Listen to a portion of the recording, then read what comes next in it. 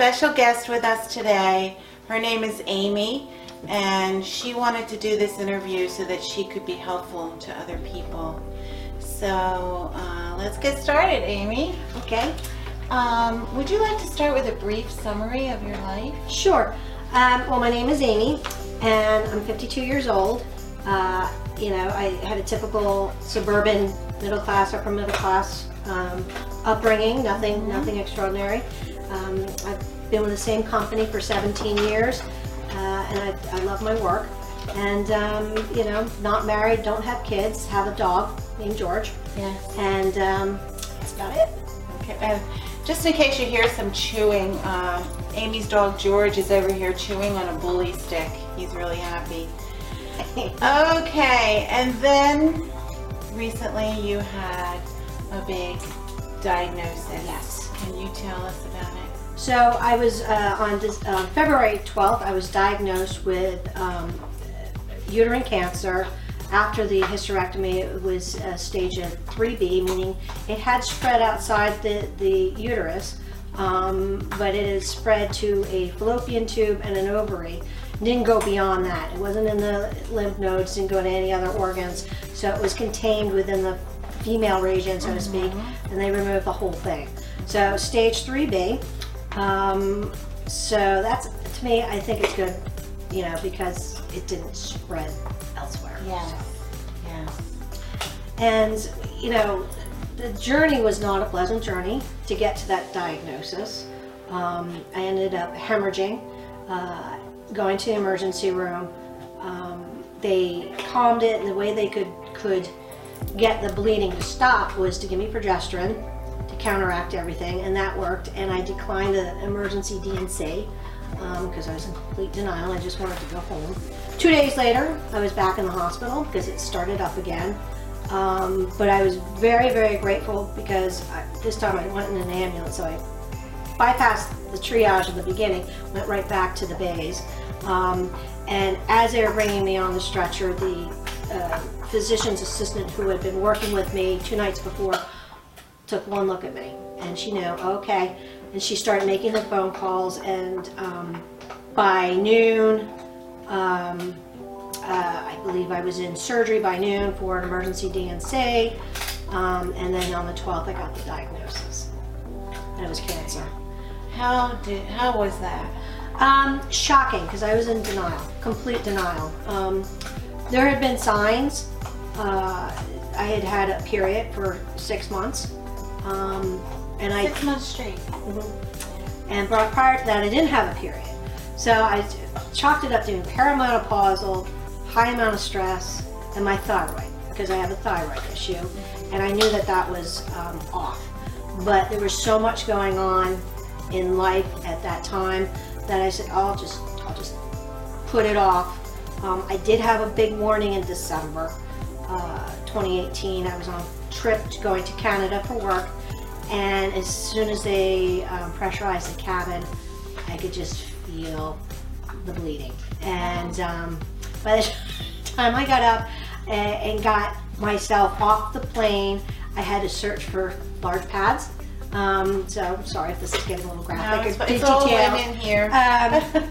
But trying to find it in, but it went away within 24 hours.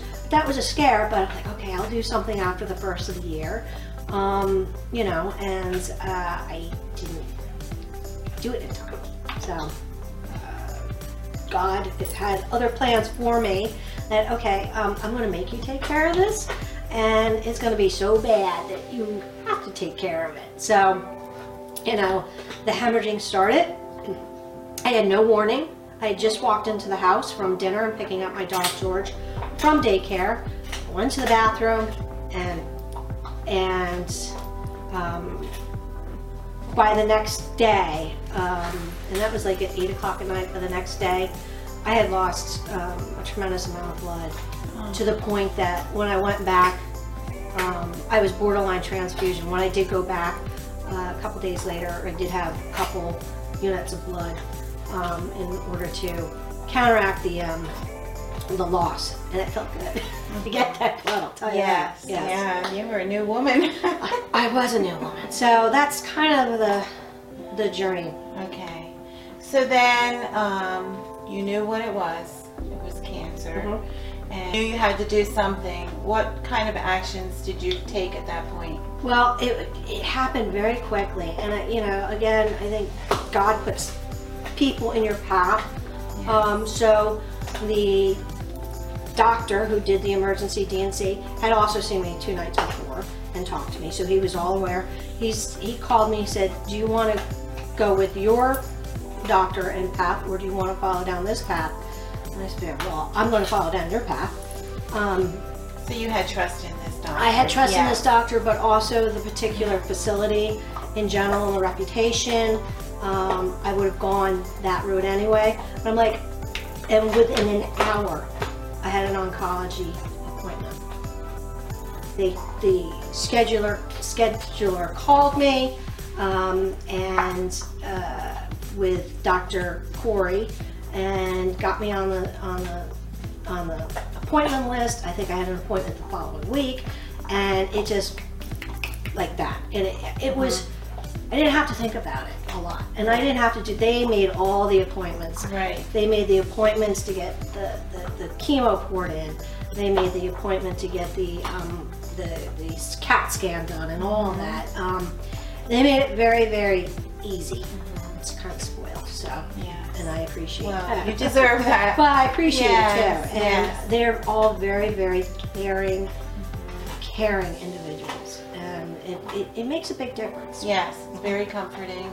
You know that they're taking care of you Yep. the best they can. Mhm. Great. Okay, so you had a few procedures done, and you've had some chemo. Yeah, so I had the emergency D&C, the hysterectomy, and then the port put in. I had to have the port put in because I have lousy veins, and I just am now to the point that I get extreme anxiety if I have to have blood work. So they did the chemo port, and it's been a godsend. And for the fluids and for the chemo and just for the weekly labs and everything. So I'm 2 rounds in. So this happened after the first round. Oh, okay, well wait, let me stop you there. You have to tell me about the hair. Okay. So while my sister was here, when I was recovering from the hysterectomy, we decided to at least go get it cut short. So it was like a step process. Yes. And at first I was like, I want to get my hair cut short. It's really short. But then I'm like, wait a minute, I have hair. I'm grateful I have hair. And I absolutely, after that, fell in love with the haircut. Because, you take a shower, and all I had to do is dry my hair off with a hand towel, zhuzh it a little bit, and I was good to go. And I liked it. So, but then, it's interesting because when they do the chemo, they can tell you which drugs are going to cause hair loss. And I was told 100% you will lose your hair.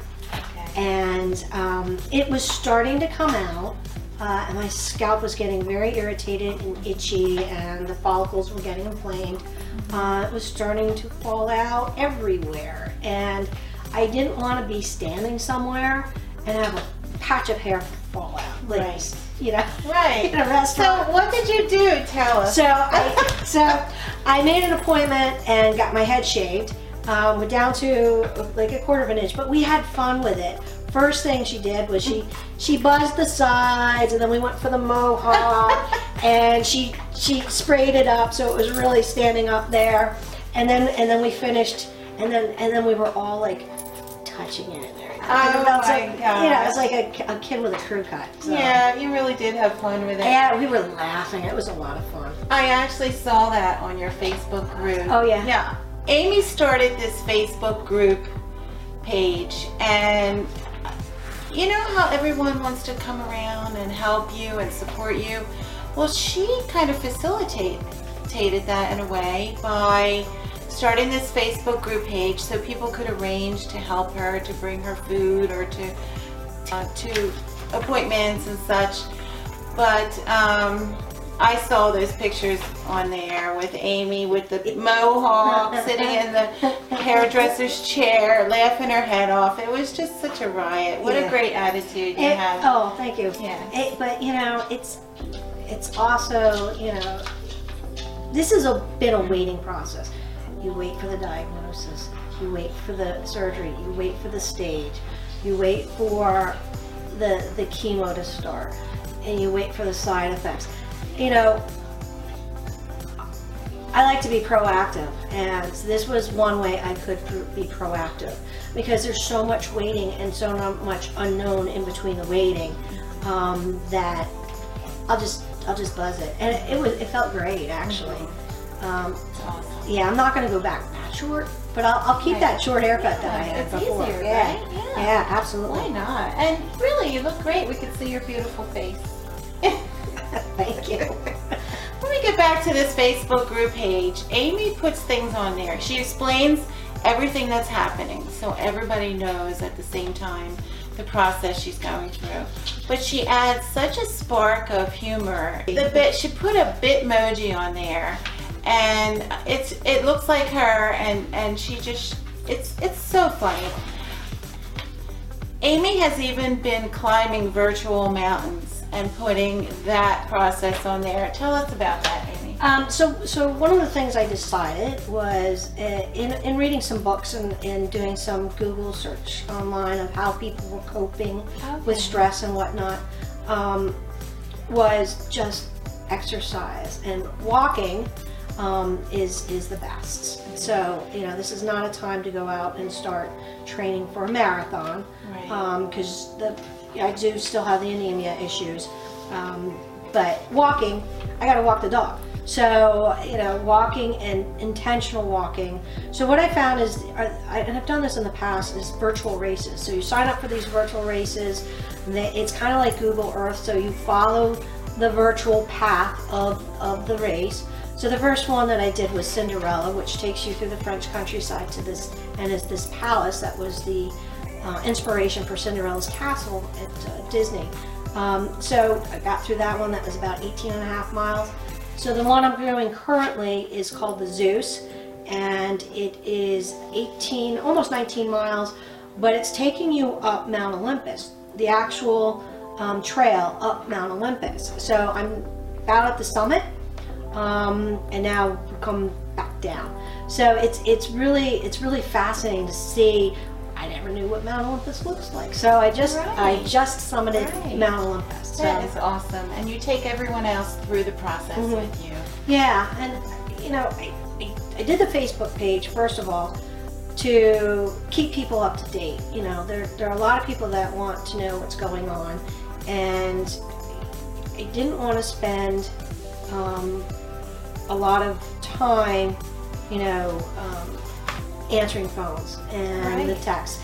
You know, I appreciate everybody reaching out, but if I'm trying to rest, I want to be able to rest. So I found this was the best way to do it, and I can do it at my convenience when I'm feeling up to it. If I have, or you know, I just want to put something silly out there, I'll put something silly. You sure do. I do. Silly is good. It's good to be silly, and you know, it's cathartic for me too. Yeah. Because it's a way to connect with people. You know, and one of the reasons why I did the Bitmoji with the bald head early was I wanted people to start thinking of me like that. So when they saw me, and even when I saw myself in the mirror, I recognized myself. Yeah. So that's one of the reasons why I did that. So good thinking. Okay, at which stage of the process are you now? So I am still getting treatment. I'm a third of the way through the chemo. So I've got, if all goes well and all the tracks as planned, July 24th will be my last chemo treatment.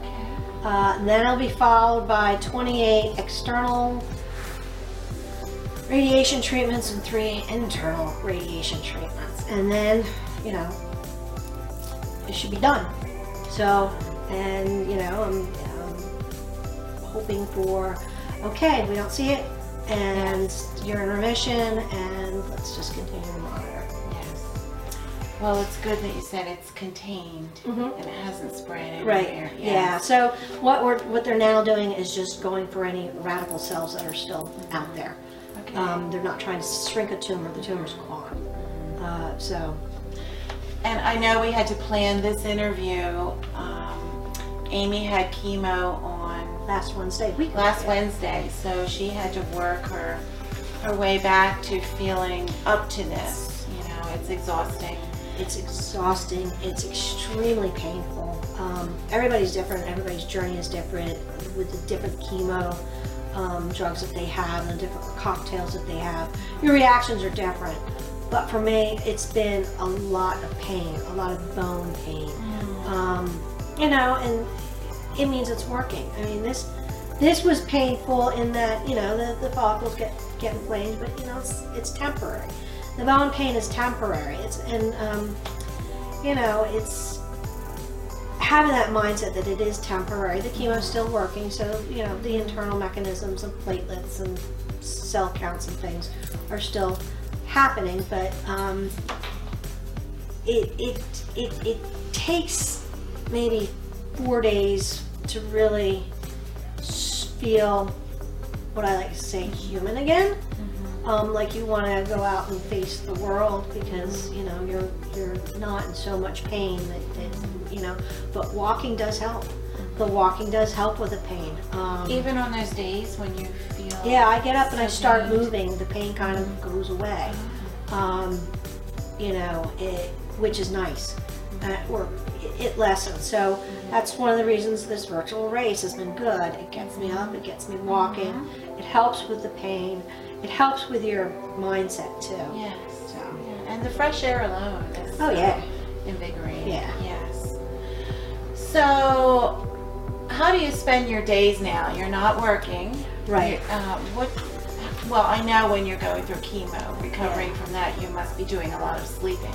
I do a lot of sleeping. I do some reading. It depends on what I feel like. One of the side effects that I've been having is those few days after chemo, I can't really wear my glasses because I get motion sick. My eyes are not able to focus and readjust because these are, I guess it's because they're progressives, and I get seasick. So I don't drive, so I'm either like to sit outside, take the walks, talk to people, read, and I watch a lot of TV and play games on my computer type thing. So just low key. Yes. You are low key, but you're still staying active and involving yourself with people. Yeah. Yes. Yeah. Even if it's virtual involvement. Yes. It still is good for the psyche to do that. Yes. And I've had so many people sending me cards, and you know the outpouring of love has just been very overwhelming. I get emotional, but very overwhelming and very beautiful. And that is such a morale boost. Yeah. The kindness of people. Yes. So. Well, that's because you're such a kind person. Thank you. I know. I knew Amy before this, and Amy is just always there for her friends and her family. I mean, up until this point, she was traveling. Where do your parents live? They live about 120 miles away. Yeah, in Jersey. She was traveling there and spending 3, 4, 5 days at a time. Yeah, it's really almost 2 weeks every month because my dad got sick last summer. Yeah. So, you know, it was almost 2 weeks every month and going back and forth. Luckily, I have awesome bosses. I can work from there. But you're trying to work, you're trying to help, and you know, it's a lot. It is when you're working and doing those things. So you always put yourself out there for others. So it's time for them to help you. And it's just been beautiful. It really has. And it's great that you're open to receiving help. I'm not good at asking, but I'm like, okay, I can't do this on my own. I'm not gonna get through this on my own. Yeah. So letting that has been really good for me as a person too. And you know, it's been great. So how is your morale right now? It's good. It is good. I have, you know, there are moments, you know, in the beginning, it was a little tough because you're just like, I have cancer. And what does that mean? What's that going to do? And yeah, this is, but it's kind of, hopefully it's a temporary thing. It's going to take 6, 7, 8 months. My hair will grow back in, and then I'll go on. So Yes. how do I want to go on is now my journey. Yes. And how am I going to get there? And I'm grateful for the time to be able to do that. And really stop, take a breath. I mean, I've been healing from DNC, the hysterectomy, and the chemo port. I mean, my body's been through a lot, but I'm past that recovery stage, and with the help of everybody and the love of everybody, my morale is actually very good. So, yeah, Amazing. yeah. Okay, I did see on your Facebook group page that you're going to start working part-time. Yeah. At this point. Yeah. Wow. So I decided to do that, and it's going to be like 12 hours a week. And I got to talk to disability people, but maybe 12 hours a week, which is 3 hours, 4 days a week. That still allows me the flexibility with doctor's appointments, tests that I need to do, because I have to go weekly for labs. If they need me to go to CT scan or whatever for the chemo, that's still manageable for chemo week. Really, one is to, the anxiety of, oh my God, eventually I'm going to have to go back to work. I could get used to this lifestyle. Right. I'm kind of liking it. But reality is I have to go back to work.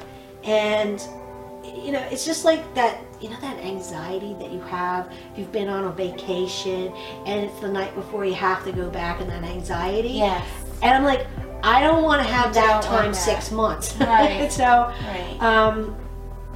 and I think introducing some stress back into my life, it's not like, I want to be working kind of behind the scenes. So it's going to be very minimal stress. It's more like frustration. It's like, oh God. That goes with any job. But I want to be able to build new coping skills going forward on how I handle stress. And what I mean, it's the emotional aspect of the stress. It's the, you get a call, I get a call from my parents or my mother, and she's just absolutely sobbing and crying, and she wants help. Because my father has Alzheimer's. And so, and he's had some health issues too.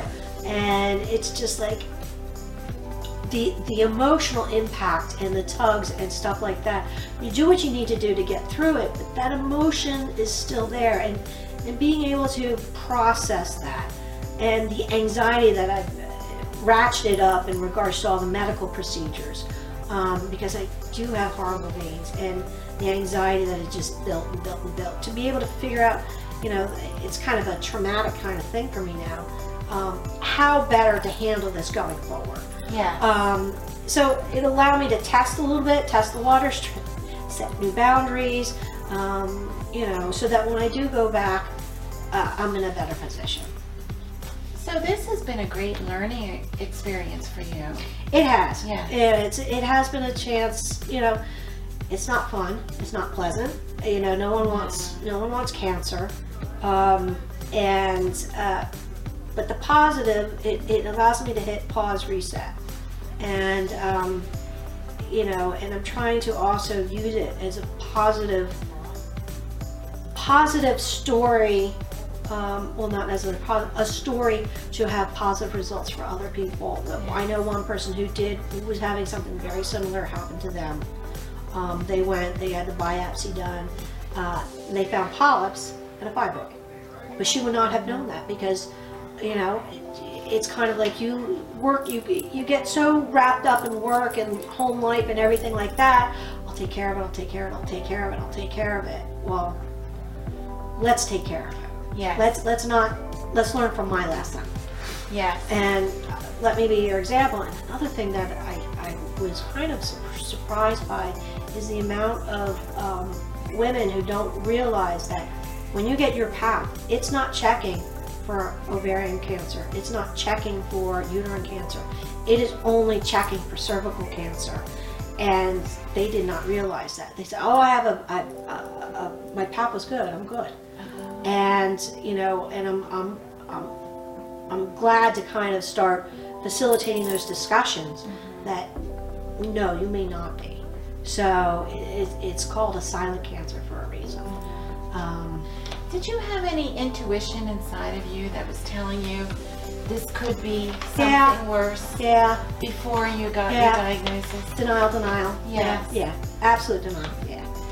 It could be, I don't know, maybe it's just your thyroid. You know the thyroid stuff. So you have to get that taken care of. So, and I know you're perimenopausal and everything's wacky when you're perimenopausal.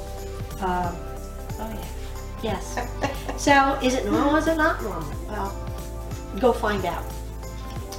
And so you've already spoken to this topic, but maybe you can include a little more wisdom.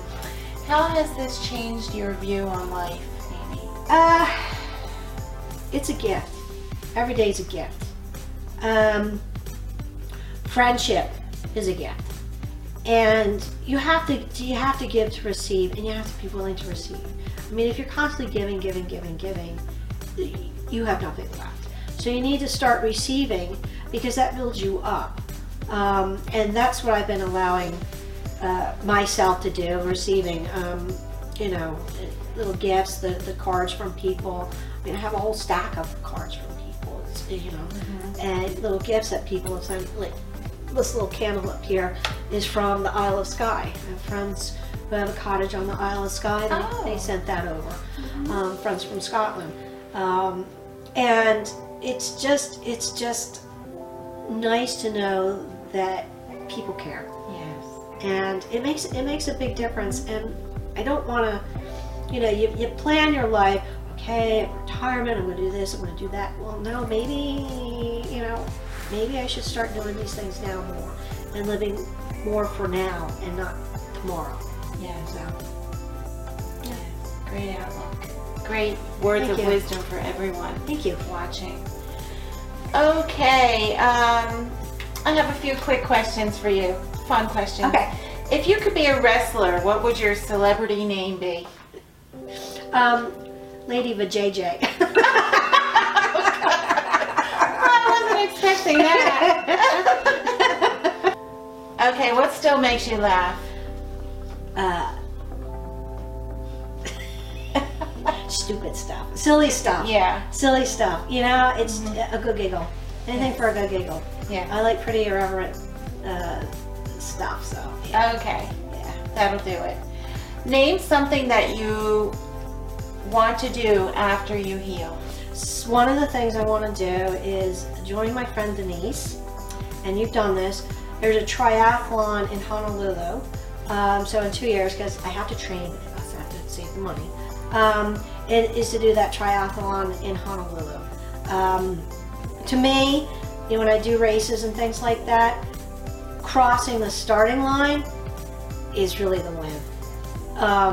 Because you got up, you got there, you trained, it's 6 o'clock in the morning, it's cold out, that kind of thing. But that's the win, is getting up and going out and doing. And I want to get back there. I want to get back there, so. Yes. You will. I will. Definitely. Name something you will never do again. Use a pad. Sorry. It's okay. I don't need it anymore. Okay. The hysterectomy. All right. Yeah. Perfect. Do you think happiness is a choice? I do. Yes. I do. It is solely, and I know people who are dealing with so much worse than what I'm dealing with. And, I am grateful that I have cancer, because not that I'm grateful that I'm sick or I'm happy that I'm sick, but I'm grateful it's something that I can fight. A lot of people can't fight what they have. My dad cannot fight his Alzheimer's. And it's cruel. And it's hard for all those around them. So, for me, this is something I'm going to fight with everything and move forward with life. I don't know, accept the question. Incredible. Yes. Okay. Well, the I question get was, lost in my head sometimes. do you think happiness is a choice? Yeah. Oh, yeah, Yes. yeah. You know, I read a book by a woman, Colleen Kelly Alexander, and it's Gratitude in Motion. And what she went through and her ordeal and how she has fought to come back is so much worse than anything I've had to deal with. And just her change and her ability and her process to move over to gratitude, and how that transformed her life. I really found that inspirational and very much, like a mentor on how to get through a crisis. And so that's what I've been doing, emulating, because I want something positive to come out of this. Thank God for good books. I know. She gave you a plan to follow. She to did. help you stay on the She did. right path. Absolutely. Yes, amazing. Okay, do you have a mantra? I don't know. All right, so this is kind of morbid, but when I was hemorrhaging in the hospital, my whole thing was death by period is not how I'm going out. So I knew it would be something like that. So, yeah, I guess that's my mantra. It's not how I'm going out. So. Okay, and do you have any more wisdom to share with us about fighting cancer? Or about living life? About, you gotta appreciate what you have right now. Tomorrow there's no guarantee. All you have is now. With my father with the Alzheimer's, he doesn't even know sometimes where his bedroom is, and that's hard to take. And so live. Yeah, don't be afraid to live. And change can be hard. Change can be thrust upon you. Change can also be a choice. And change your life for the better. Do something positive. Do something to make a difference in somebody's life, even if it's just one person. My friend who went to the doctors. The peace of mind that she was able to get after that. It's invaluable. So just live authentically. Don't worry about other people. I go around like this. I don't care. And his caps are too hot anyway. But be true to yourself and live your life and allow love to flow and allow love to come in. Wow, you said it all. Thank you so much, Amy. You're welcome. Thank you so much. You're very welcome. Yes. And thank you for doing this series. I think it's going to be wonderful and helpful for people who are out there. And life is not easy. So No, that's what I'm planning on. good. Yes. Good. Okay. Thank you. Thank you. Hey, thanks for watching. Hope you learned a few things from this special guest. Please like and subscribe, and most importantly, share this video with others who you think might enjoy it. And remember, if you or someone you know would like to share your real stories, please message me. Don't be shy. Then I can keep sending more remarkable women your way. Bye for now. Come back often.